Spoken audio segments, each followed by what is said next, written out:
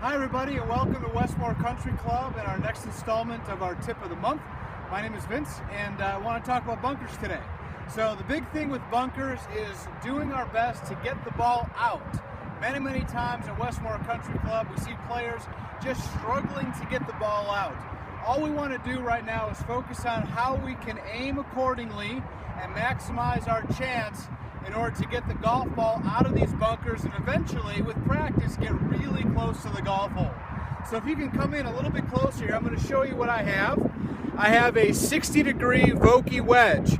This wedge has a lot of bounce on it, which is the relationship between the leading edge of the wedge and the trailing edge.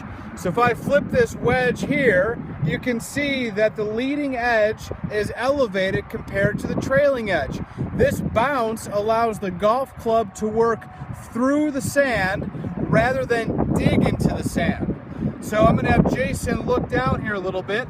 If I have a club that digs into the sand, the golf club will literally bury and the golf ball will go nowhere. We've seen that happen before.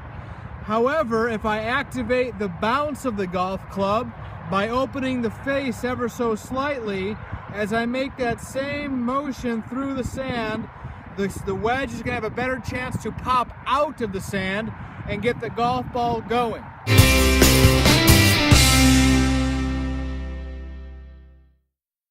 All right, so the next step is how do we hit this golf shot? We're not going to change our swing at all.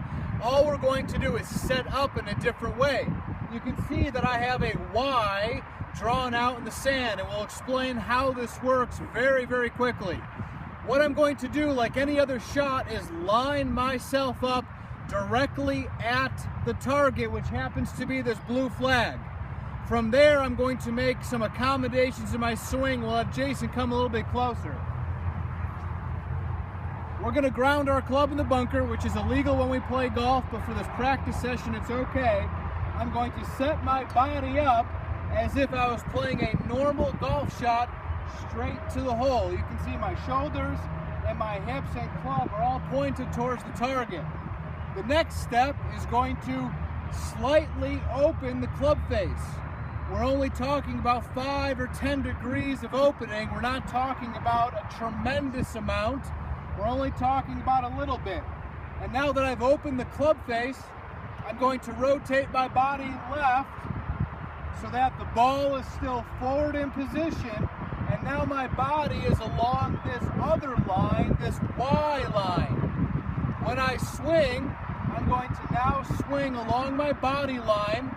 And if I make proper contact, the golf ball should go up in the air and land softly.